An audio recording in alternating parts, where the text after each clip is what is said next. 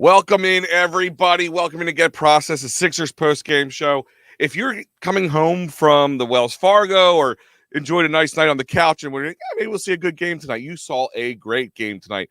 Dominant big man versus dominant big man. You got the Joker versus Embiid. Hell of a game. Sixers win big time, 126 to 121. Dominant fourth quarter by Joel Embiid was the pretty much the turning point of this game. I'm here with the man. If you have not been following him on Twitter at Sean_Bernard1, you're a moron. No, I'm just kidding. You have to go. Listen, all your Sixer stuff, go right to Sean Bernard1 because he is constantly updating you guys on everything Sixers and on point at all times. Sean, welcome in, my friend. Yeah, it's tough not to be hyped after that one, though. What I would say is probably the best win of the season so far. Awesome back-to-back win after the Rockets game yesterday to bounce right back, be on the court, and just give the MVP of the league, Joel Embiid, doing his thing against Nikola Jokic. Lived up to the hype. Two of the best players in the NBA. I'm hyped up. Great win. Great win. And there's more story points. That of course, it was the Godzilla versus King Kong type moment with Jokic and Embiid. There's a point, and they brought it up on the broadcast, and they showed it. They flashed it to the screen in the fourth quarter when Jokic was getting ready to come back in for that last 7-minute stretch. They kind of made eye contact. As soon as Jokic got up to go to check in to go into the game, Embiid says, "Okay, then let's do this." Mm-hmm. So sorry, got a little caught off guard here. But there is nothing you can't take away from this game that you can't get excited about. Kind of a postseason look to this game. Hopefully they can play in the postseason like this. But did you expect what you saw from tonight, especially that fourth quarter from the Nuggets? Couple guys really kind of fell apart. Murray especially just can't get a good passing off when he should have taken the shot. Really could have kept Denver in there. Didn't have much success. And what are your thoughts on that? Yeah, it was interesting how these teams guarded throughout the game. That we saw, obviously, not a ton of the Joel Embiid versus Nikola Jokic matchup. That there was a lot of the floating. They did the same thing last year with PJ Tucker being the guy that fronting Jokic from the Sixers' perspective. But we're seeing it both ways this time. That we didn't see Jokic matching up with Embiid. A lot of moving around in that direction. So I think everybody was a little bit surprised by that. I kind of expected that going in, but I still thought we would see more of just the King Kong Godzilla matchup, as you said in this one. So a little bit, I guess, some people disappointed by that. I think it honestly threw Jokic off far more than Embiid. I think Embiid's more comfortable when he is a roaming rim protector, a guy that can clean up the mess for others. Jokic, on the other side of things, doesn't quite have that verticality or that ability to make up for others' mistakes, despite all the advanced analytics that people want to throw at me. He's just not that good of a defender. He's just not. And I think Embiid gets the better of him whenever we see those opportunities. And Jokic really looked lost on a lot of the rotations tonight. That there were a couple times where I thought Embiid picked him apart, kind of in the playmaking standpoint, manipulating him in a way that we haven't seen Embiid really be able to do. So I was pretty impressed with the way the Sixers were able to counter it. And I think from the Sixers perspective, it made a lot more sense the way they were playing this kind of flex zone compared to the Nuggets, who it didn't seem really to work for. Yeah, looks like we're having a couple audio issues. Just trying to check it out here, guys. If everything sounds like it's getting better, just give us a thumbs up here. I made a couple adjustments here. Yeah, I mean, you saw that point where he got caught for the 3-second violation because Embiid was off of him and he was moving around. And he did, like you said, he seemed out of sorts. Like he didn't know what to do with himself and got caught for something that not often a big man of his caliber would do. Yeah. So they definitely move things around. And to me, that's the Nick Nurse effect. I don't know about you, like knowing what to do, exploiting the matchups and bringing them to, and bringing them to light at the right time. Because like we said, this was a back and forth game. It was 78-78 tied going at the, this game looked like it would have been $1.50 apiece, in the long run. And could have went a couple OTs if possible. Well, what are your thoughts? Yeah, it's cool. It's a measuring stick matchup, both from obviously the individual matchup that the Jokic versus Embiid takes the cake with that. And then from the team perspective that we're seeing the Sixers versus Nuggets, as we're getting a little static coming in on this side now. But as we see the Sixers versus Nuggets, the Nuggets obviously the defending champs. And I think your mic just clicked on, so I think we might be in good shape there. But But yeah, great from the team and the individual standpoint to see how things match up. And cool just to see like the Sixers really taking this personal, rising the challenge. You can always see it in Joel that Joel takes it personal. He wants this one. These are the type of matchups that he lives for. And despite the Stan Van Gundy all over the place on the mic, making this a brutal listen as a whole, the game itself, you can't ask for much more than that. No, you can't ask for much more than that. And like I said, let's look at these numbers right now, and it's not always about the numbers game. But 41 points again. Embiid just continues to do what he does best and racking up those games in a row, getting closer to matching up with the great Will Chamberlain and cementing his place in history, which is just Oh yeah. fun to watch all around. Um, but like there's other parts of this game that we take some up and downs. Tyrese Maxey right there. He like I said, Embiid had 41, Maxey had 25, but Tobias Harris, guy gets a lot of grief, and I'm sure where Mitch would love to be here right now to hear this. Gotta give the man his due. But he came up big and played big. And I kind of make a joke on a lot of the shows when we're just talking Sixers. But is it just me, or does Tobias seem to be play well when his name's in trade talks, when he's getting the pressure put on him, and then everything's good, and Tobias Harris is great again, and then Tobias Harris kind of slinks back down. Your thoughts? Yeah, for sure. He definitely hears the noise as well. That he knows when his name's popping up. That he does deliver when those kind of things happen. And I'll speak on this on two things. For starters, like Tobias Harris was excellent tonight. Finished with 24 points, 8 of 10 shooting. Also added 5 rebounds, 4 assists. I thought he was decisive. He got to the free throw line 6 points, also 6 times. Also had 2 blocks. Those are all kind of rare stats for Tobias Harris for him to be able to do that. He was excellent, and I thought he like kind of kept the team afloat a couple times where it was kind of like a lost possession where he was able to bail them out. So really impressive stuff there. The second part that I hate to have to do this, but the Stan Van Gundy overhype on Tobias Harris. The Yeah. quotes of Tobias Harris is one of the most underrated players in the NBA, and the Sixers can't do better than Tobias Harris in a trade. Those both like prevent me from going full in for praising Tobias Harris. Not sure if Tobias Harris's dad/agent got in his ear or what the deal is, but Stan Van Gundy was over the top with it. But I will give Harris the credit that a very good game. If you check, I believe he brought a little stock in Crumble Cookie lately, so that might be a little, yeah, that might Insider be what's trading. going on. Yeah, a little Yeah, insider trading, but there's other parts of it, and yes, Reggie saying Tobias was going off today when we needed him to. sure. That's exactly what we need to, because that's what's supposed to happen. They're going to put their pressure on Embiid. They're going to push Maxey, because Maxey continues to be that rising star, even though he kind of wasn't great at the free throw run. I think it was like 2 for 5 tonight. Missed a couple key ones at the end, but overall, I mean, he's putting up 20 plus points a night like it's nothing, and he continues, like his stock continues to rise. So that means they're going to be a lot of focus, and you're going to have to focus at least 2 guys on Embiid half the time, and then another guy on Maxey. So Tobias should be able to feast. Tobias should be able to pick the bones of everybody because of that. Um, it's just with me, it's always been a consistency thing with Tobias Harris. Not so much play quality thing. Yeah. Yeah. And opportunity. Like, in fairness to him, he's been a guy who's gone up and down the pecking order more so than just about any player. That we see moments where he's asked to be like a number 2 option on this team on certain nights. And then we see moments where he's kind of reduced to a catch and shoot kind of role. And that's been this way throughout his Sixers tenure, been this way this year as well when we see injuries, things like that. So it is a little bit of a different challenge that he has to attack night in and night out, which is not the easiest thing as a player. No, absolutely. But the easiest thing to do is when you want to travel with the best, you travel with Philly Sports Trips. That is right. Philly Sports Trips. Check them out. Go to phillysportstrips.com.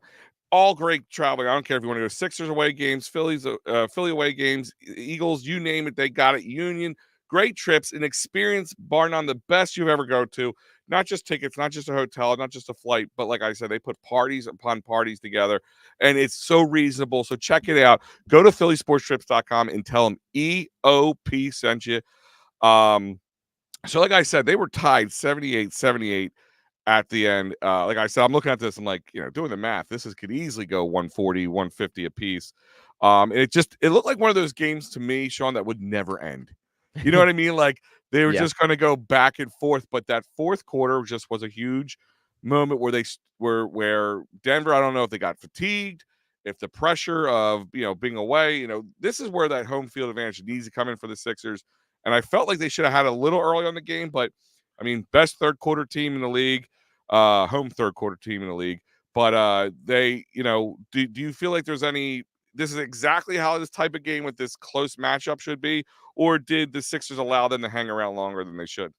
Yeah, I was surprised with kind of just the run and gun from both sides early on. That seeing just the pace of play, the way that they were pushing the break, all those things was a big surprise for me. Just to see the Nuggets, especially getting up and down, and the Sixers kind of matching that. So I was definitely impressed with the pace early. There was a little bit of kind of a all-star game caliber defense as far as the effort level on this side of things. But for the most part, I think it was just some great shot making, some great offense, and that was the driving force. And then it seemed like the Nuggets just kind of ran out of gas. That to me, like Sixers outscoring them 27-17 in the fourth quarter, holding them at under 20 points, especially considering that had 38 in the first quarter, 40 in the second quarter. So to hold them to 17 in the fourth is really impressive stuff from the Sixers side of things there. And this is like, I don't care how it's done. That's a great win. Now, this is the defending champion Denver Nuggets. This is a team that I don't think the Sixers even match up to particularly well. We saw the size disadvantage that the Nuggets really dominating on the rebounds, but they got the job done. That's the most important thing. So to me, a statement win. And even if it wasn't pretty from start to finish, I'm very happy with that one. Let's hit some of these comments. Prince is saying, love Batum guarding Jokic. Fortunately, Jokic started feasting on the tiny players, but Batum had some big defensive plays, Oh, yeah. blocking him and a couple other players. He only had 7 points on the night, but it's the defense. He was rebounding, a couple rebounds. But ultimately, he had his presence there was felt. And of course, Marcus Morris Sr., some big moments for him that really was the tide turning moments in the third into the fourth quarter. Yeah, I mean, for Batum, I mean this completely seriously. For me, he's the third most untouchable player on the Sixers team. That it goes Embiid, Maxey, and Nico Batum. That he just does all the little things that this team need. He's an absolutely perfect role player for a championship contending team. That block and that little stare down at the end was just cold blooded, and he had that weird, bizarre catch and shoot three that he's so good at that I've never ever seen an NBA player or any basketball player be good at the way he is. But that was awesome. He plays off Embiid incredibly well, and he has more scrap in him than I think I ever gave him credit. That there is a nastiness that he plays with that I didn't really know he had in him. So shout out Nico Batum, incredibly important to this team, and I want him around for the long haul. He's going to win this Sixers team a playoff game. Yeah, I think he's going to be big for us in those moments because it's the whole thing we said about with this trade when James Harden left and they brought these guys and we thought we were just getting kind of like pieces of puzzles that we're probably going to trade away or not be around, but how Nick Nurse has definitely put this team together and found and I want to say exploited the best parts of them. You see that in Batum. I mean, he's and Marcus Morris Sr. I mean, what's he been 13 years in the league now? I mean, the guy continues to dazzle and probably will become bigger down the stretch of this second half of the year. Hitting a couple more. Reggie saying wrong. Tobias plays well in contract years. Yeah, that's probably not wrong either. Shout out Sean, man. Never a day off. Everything, my guy. That's right. If you're like I said, if you're not following him or you're not seeing him on social media, especially Twitter, you're just not on there. You're just missing it. I love that they did not feel like the back-to-back game, full energy on both sides. Yeah. I would like to see how this works out because, I mean, Melton is a guy who's going to, they said at least the next 3 games he's going to be out. Still having lumbar problems. Like, I don't know if they're going to just kind of like start easing him in, like a couple days off, couple days on at this point. And Rocco's still out since December with the knee, and the knee sounds like it was swelling back up. So things to keep an eye on. And Melton, big piece in my eye, not having him around, coming off the bench or even when in starting moments when you need him. Yeah, definitely. And tonight was not a night that it was evident that they missed him, but he absolutely would have helped this team, and he's here. And he's a big time player when he is there. The athleticism, the defensive ability. It sucks the back injury that we know that backs kind of linger, and that's one of those tough ones. And for Melton specifically, he's been dealing with on and off back injuries for really the past 2 years now. So I do feel like bad for him as a human being just dealing with that. And yeah, it sounds like that this is more of a preventative, that they're shutting him down for 3 games, that if they absolutely need him, he could have played. But this is something that they want to get over with and have him good to go for the rest of the year. So hopefully that is the case after this stretch. Reggie said the only player he would trade is Tobias for, Laurie Siakam or somebody, which I get that to a point. Yeah. But do you worry about trading even a guy like Tobias Harris when you see a game like tonight with from a chemistry standpoint?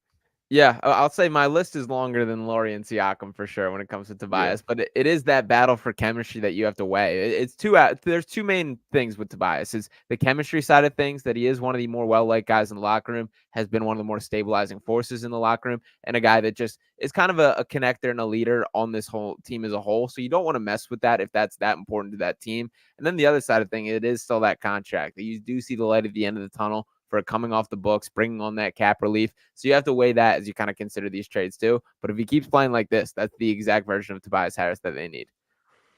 Who do you guys want at the deadline? I feel like we're stuck with Toby and haven't just accepted at this point, but maybe get a better role player. Who would you who is Sean, who's on Sean Menard's wish list at this point coming into February? I've talked myself into DeJounte Murray pretty strongly, that I think that would solve a lot of problems as a secondary ball handler, a guy that can play off Maxey, has the defensive chops in theory, although he's been pretty bad in Atlanta defensively. He was still a good defender in San Antonio. So I would say DeJounte Murray is probably my number one, but I'm still kind of flip-flopping and debating on how big of a splash I think this team needs. Prince, and we kept missing free throws, and Oubre almost gift wrapped the game. Should have been up. Should have been up. Okay. But yeah, I mean, there was a couple moments got a little tight at the end than it should be. That I don't know. I caught a little ticky tack foul where they got with the three and gave him the three foul shots. But yeah, there was moments that this team almost did give it away. But that, I mean, not to be cliche, it is a game of runs. It is. I mean, look at Denver. They can look back and look at where they gave the game away. Well, ultimately, thank God we came out on the other end of the 126-121 victory, but it could have been a 10 and more 12-point lead easily at the end of this game. Guys, I want to remind you that also this show is brought to you by Sherry'sTickets.com. That's right, Sherry'sTickets.com. Family owned and operated since 1946. Forget the other guys. They are going to bamboozle you at checkout. They're going to hit you with hidden fees upon hidden fees. They won't do that. The price you see on the screen is the price you'll pay. Great prices on the hard to get tickets. Save an additional 10% off by using that great promo code EOP10. That's right. EOP10 will save you 10% off at Sherry'sTickets.com, and already great prices. So let's get to it here. Player of the game for Sean Bernard. Who do you got? I mean, I think there's some obvious ones here, but I'll let you go first. Who do you got as your player of the game? Yeah, I'm taking the layup here that it is Joel Hans Embiid, and we know that he shows up for these type of moments, these matchups. I remember him giving Jokic 47 last year, but this was a little bit of a different way that he did it. And the thing about Embiid for me is Joel Embiid, he has more ups and downs than I would say your average NBA superstar. But when he plays his best basketball, there's nobody in the NBA that can touch him, Nikola Jokic included. That there is a level of two-way dominance that he possesses that no one else in the NBA can reach. And tonight was one of those nights where we saw that on full display. The playmaking was on a level that we have not seen that very often. The scoring, he's purely unguardable when he gets it going in the way he did. And defensively, there are things that he can do that no other big man can kind of have the whole package of. So for me, Joel Embiid is the player of the game tonight. And this man is absolutely the front runner for MVP as long as he plays enough games. Yeah. So we'll hit a couple more comments here and I'll get to mine. Batum would walk into LA Fitness and nobody would notice that he stepped on the court and cooked. Yeah, I mean that's what you need from these kind of guys. I mean, one thing we can always say, like we felt like every year it was like kind of the same ride on a wheel situation where, oh, we need another superstar. Oh, we need another superstar. We went through superstar to somehow get these jagged puzzle pieces to fit, and it never worked. When we only need is more role players. How many years have we sat here and said this bench is light? After the starting five, it falls off big time, and that's where guys were bouncing us in the second round. They were exhausted, they couldn't keep up with it, and then if they didn't have anybody to come in who could at least take over and cook for a little while, you know. So having guys like Pat Bev and my guy, I'm going to go here right now with you. I will tell you that it's probably just because, of course, Embiid's the easy one. I mean, I'm going to get to give it to Harris for all the times we give Harris a lot of grief. I mean, we're just talking about this game in a nutshell, of course. So in this game, he stepped up big, some big defensive plays, as well as on top of it, he just scored the second most points behind. You're always going to be second most behind Embiid unless he's just not playing that night. So I will give you my player of the game will be Tobias Harris, and that one goes to Mitch Kofsky, gift wrapped. I know he liked every last second of it, but it's yeah. I mean, how do you not? I mean, it's when he steps up, it's like when he's good, but when he's bad, he's invisible. Like, I mean, we feel like Yeah. we said the same thing about Ben Simmons. He can easily disappear into the shadows, but it's like kind of the devil you know versus the devil you don't know at this point, and kind of to the chemistry thing here. Um, Let me hit some more of these. Same, he's a dog. We need those pieces because the underpaid role players we hadn't weren't good enough. Fair enough. I mean, yeah, I mean, if I never see Korkmaz hit the only time I want to see the Korkmaz jersey on the floor is when they're up by 40. Like we can do that type of thing. That's he wants he wants to get traded out. I want him to go. Like I'll drive him to the airport at this point. I don't even hate Korkmaz. It's just like I'm just tired of hearing about him. Toe VP. Okay, we'll give you that. We'll give you that. Siakam probably going to end up in Indy. Yeah, Yep. I think that's a fair assessment. Hi, Steve. Do you think Tobias should come back for less if we don't trade him? I think there's a chance of that actually happens. That's going to absolutely break some people. I have really no feel for what like his market value is at this point, and honestly, how the rest of the season goes will probably dictate that in a major way. But if Tobias comes back at the right price point, I'm open to it. It can't be on 40 million a year as is currently the case, but if he's down for a cheaper contract, maybe in that $15 million range or something like that, a Nico Batum type contract, or even a little bit more, he probably deserves. So something like that, I would be interested in, but I'm also would not be heartbroken if that is not the case either. Yeah, I mean, absolutely. I feel like Tobias Harris gets more criticism because of the contract. If he Yeah, had absolutely. a medium middle of the road NBA contract, I don't think we're ever having these conversations about trading him like we are. I think people just felt that his money was wrapping up the ability to maybe have two good players or another good superstar. But I think now that we're past the superstar thing, like I said, I always feel like when I talk about Tobias Harris, I have to say, um, I like Tobias Harris, but there's always a but in it. Right. And it's always comes back to the numbers. It is the absolute numbers game. And the fact that at times he's not always there. He's not always he's I go back to the consistency factor with him. Consistency is always key with any sport. I don't care what sport you're playing, but in basketball definitely. And he can be a dangerous weapon because you can we with Maxi kind of arising as that superstar. And I know some people kind of get on me for calling him a superstar at this point, but to me, I feel like he's a rising superstar. He might not hit a superstardom just yet, but I feel like he's getting there. Now you already have your star. You don't have to get that James Harden.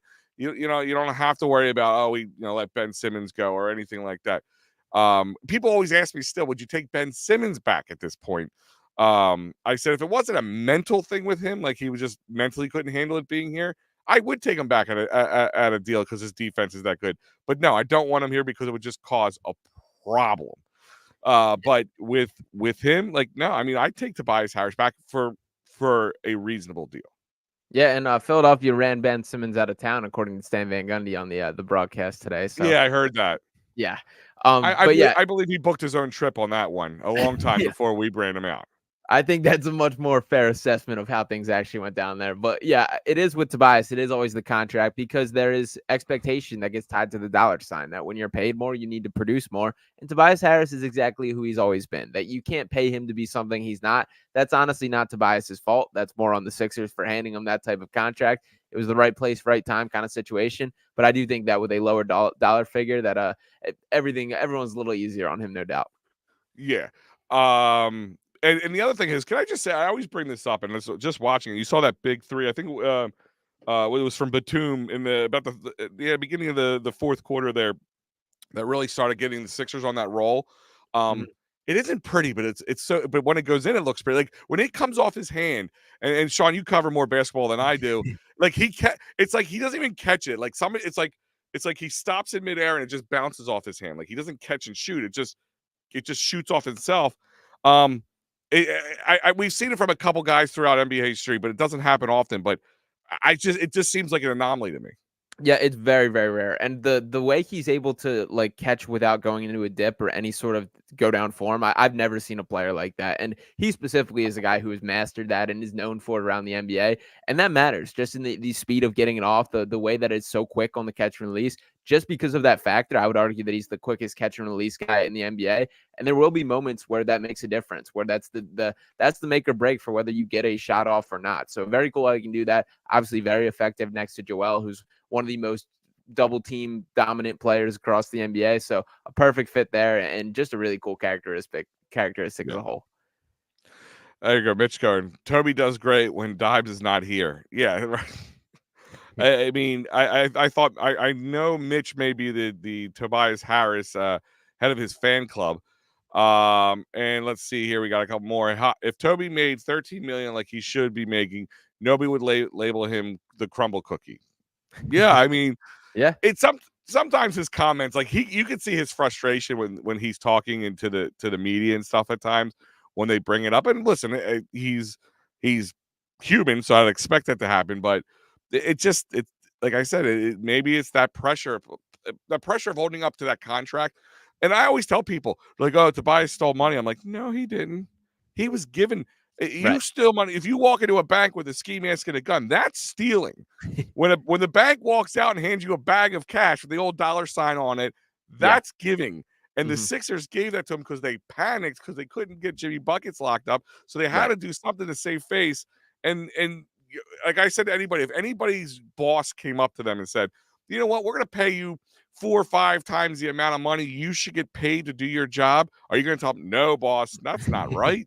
No, Right. you're going to say, bring it. And that's what happened. So I've never blamed Tobias for any of that, but it is what it is. How does Stan Van Gundy still have a job with TNT? He is horrible as an announcer. You know what, to me, I feel like Stan Van Gundy is doing like he's doing like an impression of an old school basketball announcer. Like he does, like he's doing it on purpose at this point. Like I think he's like, well, I'm living up by my name now. Let me just see if I can push the limits and anybody actually will fire me for it. I lost it tonight I was going at Stan on Twitter a little bit, which I have never done to announcer before, but I hit my breaking point tonight with him just really going at Embiid for like a 5 minute. And I get like I understand your point. You're not necessarily wrong in this, but to just like hammer the dude about the playoff, kind of the way his numbers go down in the middle of him having like an excellent basketball game and in the middle of an actual basketball game that you're supposed to be calling. Like, this is not the Stan Van Gundy podcast. This is not ESPN First Take. You're calling the Sixers versus Nuggets. Make it about the game, a game that was an excellent basketball game by all accounts. So taking away from that, I hated. I thought it was disrespectful to the game as a whole. Thought he did a horrible job on the mic tonight. And yeah, I totally agree that I was very frustrated by the Stan Van Gundy still in the show. And the other thing is like, if I'm Stan Van Gundy or anybody else at this point, I'm going, well, look at how this game's going. It's like I said, two of the biggest names in the NBA going up against each other. It was playing out. It wasn't like one sided at any point. This game came down to the wire. I'm Stan Van Gundy. I'm mailing this in. Like I don't have to add my Van Gundyisms into the situation. I'm just rolling with it for itself. Yeah, exactly. And like you said, call it for what it is. The problem is with the thought is that somebody is going to pay him more than we want. But the plus side, I guess, plus side is that we probably sign Siakam next year with the space created by Toby. Listen, Toby's contract coming off is going to create space no matter what. It will not be, trust me, it will not be Tobias Harris who takes up that much money. Could he come back for a smaller amount? But somebody probably will pay him. I mean, that's the thing is, and I think maybe the Van Gundy thing, the one thing, if you want to take anything away from it, that might be what a national look like. A lot of people I've talked to when I do interviews with people from people outside of Philly talking about the Sixers, talking about Tobias Harris, they kind of go, you Philly guys really beat up on this poor guy, and his value in the eyes of the national media is definitely much higher than what it is here in Philly. Yeah. Yeah, I think that's fair. And like, he definitely gets a bad rap more than he deserves. And we've mentioned all the reasons why. I do respect Tobias for sticking it through. There really hasn't been any big flare ups. There was the one moment where there was that kind of, like him going back at the fans. But for the most part, he's hung in there. And he outside of it, the longest tenured Sixers at this point, it is Joel Embiid, it is Furkan Korkmaz, and it is Tobias Harris. So you got to give him credit for the stability and sticking around. No, absolutely. And guys, I remind you that this show is also brought to you by the Cherry Injury Firm. That's right, Cherry Injury Law. David R. Cherry will fight for your rights if you get hurt at work, motor vehicle accidents, personal injury, and criminal law. Dave is the man with the plan to fight for your rights. David R. Cherry call him at 610-565-0300 go to cherryinjurylaw.com or easily pick up the phone again at 610-565-0300. And let's hit a couple more comments and then we'll get on out of here, guys, because what a big night for, like I said, for the Sixers. Because always the question is, they can beat up on the good guy or the medium to lesser teams. Can they keep doing it? And they hung in there. And at no point did this team look like it got away from anybody. Like I said, it was definitely a back and forth. I think the biggest lead of the night came from the Sixers, 8 or 9. But overall, I think the most lead that the Nuggets had was maybe 6 or 7. So that's the kind of game you expect from them. Like I said, it was a playoff type atmosphere. It's a snow and icy night out here in Philly if you're not around here. So all the people who went down here to see this matchup. And thank God that not one of those guys decided to sit the night out, because there would probably been a riot out there. Like I said, let's hit a couple more of these and then we'll roll on out of here, guys. Let's see. Reggie said when he went at Embiid, then completely flipped it. Absolutely. He started talking about, choking in the playoffs and he could do it here, but can he do it in the playoffs? And then as soon as he started going to roll and Nikola just couldn't answer him, it definitely became the Embiid show. Embiid went off right after he changed his sides immediately. I hate Stan Van Gundy because every time the Sixers play on TNT, he bashes them or makes smart remarks about the Sixers. Listen, we always who was Joe Buck? Remember with the Eagles and all that? Joe Buck, everybody swore. And I remember I was the 2008 Phillies World Series run. It was the second game in Tampa. And they were having one of the announcers, it wasn't Joe Buck, but one of the announcers was talking about Philly. And you could tell they didn't like Philly. The way they were talking about it, he's like, oh, well, I heard they have good cheesesteaks there. That's the thing that he could brought about Philly that he liked. So you could definitely see the bias in him. But honestly, to me at this point, I kind of enjoy it because it gives good tweets after that all said and done. Nixon, I felt like a playoff game, one of the best games on basketball I watched in a minute, besides Van Gundy on the mic. What does he have against Joel? That I guess we'll never know. Todd, yeah, Sirianni blows. Thanks, Todd. He deserves it though. Let's see. In the Hawks series, we killed Ben, but Tobias was just as bad. Yeah, no, I mean that. I think it was. If it wasn't for Ben Simmons, he probably would have been crucified more. But because Ben's was more glaringly annoying and Yeah. it just continued. It probably did save his hide a little bit from that. And I know he's remembered very fondly, but Seth Curry was a straight up traffic cone defensively in that series. Like Kevin Huerter, I think he was averaging like 27 that series, and we're talking about Kevin Huerter here. So Yeah. it wasn't only Ben Simmons as much as sometimes history remembers it that way. No, it's that moment. It was that one moment when Right. Ben Simmons could have went up with this easy layup or slam, and he didn't take it, and that's what everybody remembers. Like you said, I do remember. Like I was complaining about everybody. I still have my notes from that night in one of my pads back here, and I remember looking at it. I'm sitting there going like, it is Ben Simmons. And I think I went even on the day or two after and talked about it, and I said it was Ben Simmons, but there was a lot of fall apart from this team. But Ben Simmons, it's almost like an epidemic at that point with Ben Simmons and guys like that. Like there is listen, we talk about with all sports, culture is a huge thing. Culture changes. And don't tell me that the Nick Nurse to Doc Rivers culture change wasn't a huge difference. I mean, I remember when Brett Brown was still here, and people thought I hated Brett Brown. People thought I just didn't like Brett Brown. I said I have nothing against Brett Brown as a coach or in any personal way, but I have when you're made to lose, it's hard for you to flip that switch. Mm-hmm. And that's how I looked at it. Like I just didn't think they were going to win with him because of that reason. And I think Doc Rivers was so stuck in his way. He thought he had his master plan. I'm going to take these 3 or 4 guys. I'm going to make them the best. And then I'm going to care about nobody else. And he really did. He didn't care about developing anybody else. But Nick Nurse, what we've seen so far, and like I said, it's still early on. Something could change. We could end up hating him as much as the next guy. But Nick Nurse has found a way of making all these pieces fit fit the cogs into the system where they all work, and you can't ask much more than that. Yeah, and he's kind of to some extent doing a lot with nothing. What I mean by that is there have been hurdles like no D'Anthony Melton, no Robert Covington. There's been nights without Joel. There's been injuries that he's had to figure out on the fly, and it's fun watching him kind of have the creative brain and ability to think on the fly, change things up, and still have success as a team. So I've been nothing but impressed by Nick Nurse. He's been lived up to every bit of my expectation thus far, and to me, probably the biggest reason for optimism for this Sixers team, as far as from last year to this year, is Nick Nurse right there. Yeah. And yeah, like I said, I'll be honest with you. When the coaching change was coming in, he wasn't my number one guy. I wasn't against having him, but he wasn't my number one guy. But ultimately, he has done a lot with less than most coaches have had from a talent standpoint in the past here in Philly. Guys, I want to thank you all for joining us.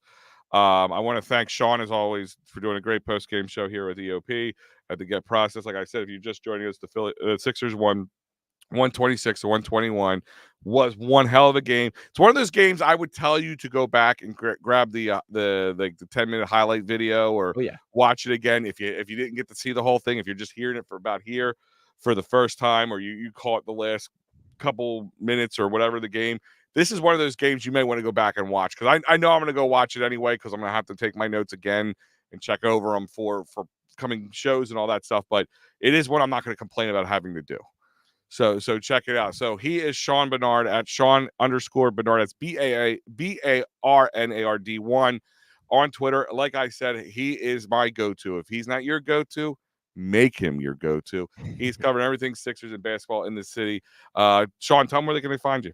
Yeah, you can follow me on Twitter at Sean_Bernard1. Super active on there, so you can check that out. Also, we'll be dropping a video on Sixers Digest over on YouTube about this game as a whole, the Joel Embiid domination that we just saw. We'll have a episode of Picks and Roll with Sean Brace over at Fox Sports The Gambler coming tomorrow as well. So stay posted for that. That'll be live streaming on Twitter, YouTube, as well as played over the Fox 1025 airwaves. And yeah, around on Instagram and YouTube as Pick Swap Media as well. So check that out, and appreciate everybody for tuning in.